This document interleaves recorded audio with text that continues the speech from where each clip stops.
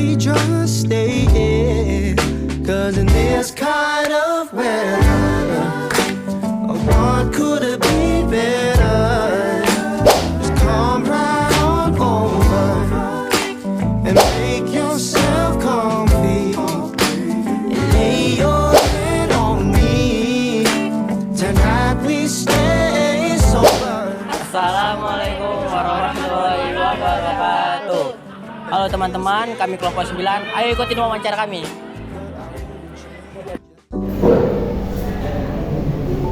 Jadi sekarang kita sudah bersama narasumber kita yang bernama.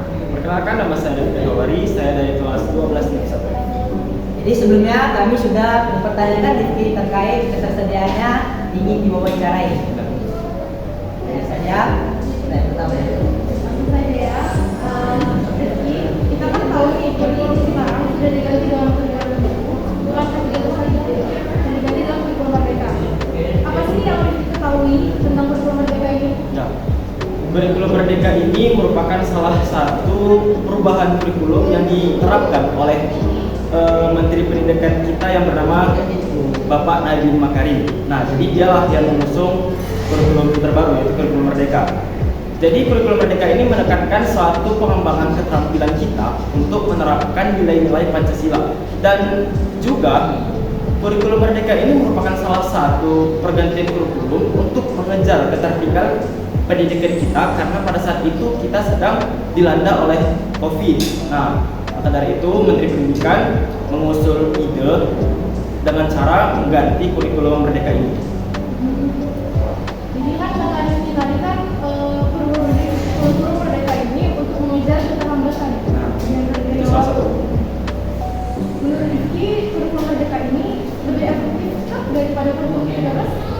Sebenarnya untuk masalah efektif kita bisa membagi dua persepsi. Ada yang berpersepsi salah satu sebagian orang menganggap kurikulum merdeka ini efektif untuk dia, karena dengan kurikulum merdeka ini dia bisa membuat mengembangkan jati diri dia, mengembangkan skill-skill dia dengan proyek-proyek ataupun kerja kelompok yang berasal dari kurikulum merdeka ini. Tetapi ada juga sebagian orang yang menganggap kurikulum merdeka ini hanya membuat ataupun menambah beban bagi mereka, karena di dalam kurikulum merdeka ini lebih banyak tugas, lebih banyak proyek, dan lebih banyak kerja-kerja kelompok. Nah, mereka tidak menganggap ini sebagai pengembangan skill mereka, tetapi ini malah membuat mereka menjadi nambah beban bagi mereka. Jadi tujuan kurikulum merdeka ini apa sih? Sebenarnya yang seperti sudah saya bilang tadi, tujuan dari kurikulum merdeka ini adalah sebagai sarana penekanan kita untuk pengembangan karakter kita di bidang penerapan nilai-nilai Pancasila. Karena kan kita sudah tahu kurikulum merdeka ini merupakan profil pelajar Pancasila, yang dimana dalam poin tersebut kita ditekan untuk bisa mengembangkan karakter kita, terutama di dalam nilai-nilai Pancasila. Jadi Niki, ada nggak sih kemajuan atau sudah ada nggak sih kemajuan dari pergantian kurikulum ini? Nah, sebenarnya pergantian kurikulum ini cukup bagus, karena di dalam kurikulum merdeka ini kita sudah dibagi-bagi berdasarkan jurusan-jurusan yang kita mau. Contohnya di Madua Modul Medan, kita sudah dibagi menjadi F1 sampai F7, yang dimana F1 kesehatan, F2 teknik, F3 manajemen bisnis, yang dimana setiap FF tersebut merupakan jurusan-jurusan yang diminati oleh siswa dan siswi. Jadi hal tersebutlah membuat kita menjadi lebih terfokus terhadap tujuan yang akan kita dapatkan nanti. Dari Rifki sendiri, apa sih tantangan-tantangan yang Rifki hadapi selama pergantian kurikulum ini? Sebenarnya tantangan dalam pergantian kurikulum ini yang pertama bagi saya adalah agak sulit beradaptasi, karena pergantian dari K13 dengan kurikulum merdeka ini cukup berbeda nih antara kedua kurikulum ini. Jadi saya agak culture shock dengan penerapan kurikulum ini. Seperti itu lah. Sekian jawaban dari narasumber kami, Rifki Hawari. Nah, sekarang kita sudah pada narasumber selanjutnya, yaitu Rina. Assalamualaikum Kak Rina. Izin wawancara. Kita kan tahu nih sekarang kurikulum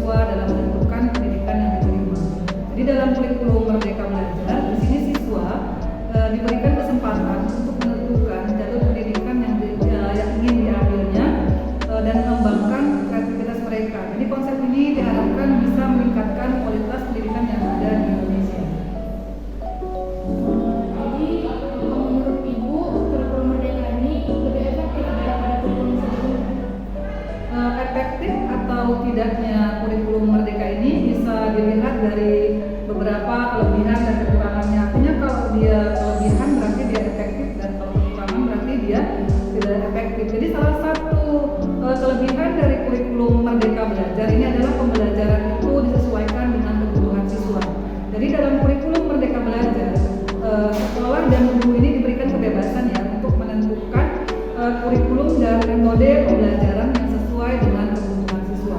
Kemudian juga di sini guru bisa memilih metode yang tepat untuk mengajar.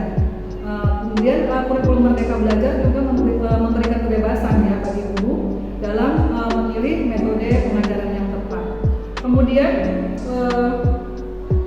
bisa meningkatkan kreativitas siswa. Jadi dalam kurikulum Merdeka Belajar juga bisa meningkatkan kreativitas karena di sini siswa diberikan kesempatan untuk mengembangkan kreativitas mereka yang mereka lakukan melalui kegiatan yang lebih bervariasi dan menantang.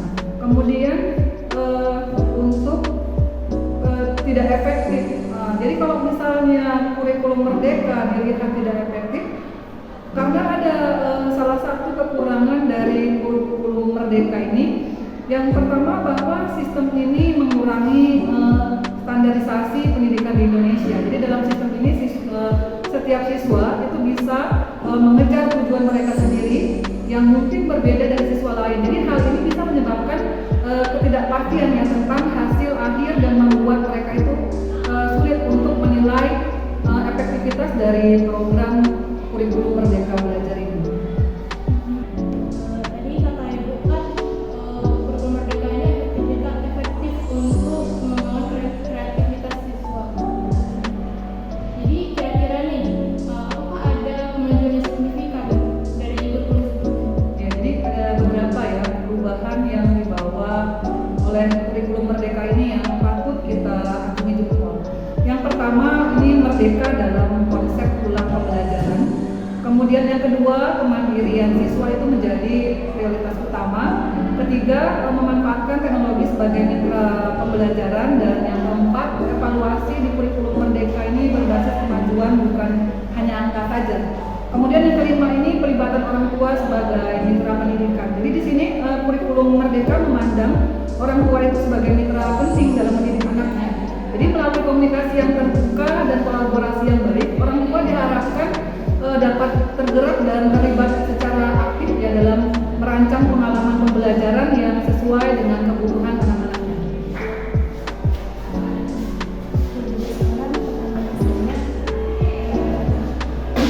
Sebagai guru siswa, sebagai guru mengevaluasi RPT ini kira-kira apa tujuan yang mau dicapai dengan sistem pembelajaran kurikulum Merdeka? Jadi tujuan yang ingin dicapai itu adalah untuk memberikan kebebasan bagi sekolah dan guru untuk mengembangkan kurikulum dan metode pembelajaran yang sesuai dengan kebutuhan siswa. Jadi menurut Ibu, apa saja tantangan-tantangan yang Ibu hadapi setelah penerapan kurikulum Merdeka ini dan sistem pembelajaran dan pembelajaran? Jadi ada beberapa tantangan yang dalam penerapan kurikulum Merdeka. Di antaranya yang pertama yaitu sarana prasarana yang belum menunjang. Kemudian sumber daya guru yang perlu ditingkatkan dalam penggunaan teknologi. Dan yang ketiga yaitu kesulitan dalam melakukan evaluasi pembelajaran. Kemudian ada juga tantangan yang keempat yaitu kondisi siswa, orang tua dan lingkungan ya, serta adanya ketimpangan kebijakan dari pemerintah. Terima kasih atas waktunya. Ini wawancaranya. Usai sudah wawancara dari kami, adapun kesimpulan yang kami dapatkan dari wawancara ini adalah Kurikulum Merdeka adalah kurikulum yang ada ketika Menteri Pendidikan kita adalah Nadiem Makarim. Kurikulum ini memberikan kebebasan kepada siswa dan guru dalam menentukan pendidikan yang diterima. Dibuktikan dengan adanya pengkerucutan jurusan seperti saat ini, mulai dari F1 hingga F7. Kurikulum Merdeka dinilai cukup efektif dikarenakan lebih meningkatkan kreativitas, kerjasama, juga kemandirian siswa. Adapun ketidakefektifan dari kurikulum ini ialah siswa tidak begitu menerima tekanan yang membuat sebagian siswa menganggap enteng pembelajaran. Tujuan dari kurikulum Merdeka ini adalah untuk memberikan sekolah dan guru kesempatan untuk mengembangkan bakat tersembunyi dari siswa. Kurangnya sarana dan prasarana dan kurangnya sumber daya guru dalam penggunaan teknologi menjadi tantangan yang berat dalam penerapan kurikulum ini. Sekian dari kesimpulan kelompok kami. kurang Assalamualaikum warahmatullahi wabarakatuh.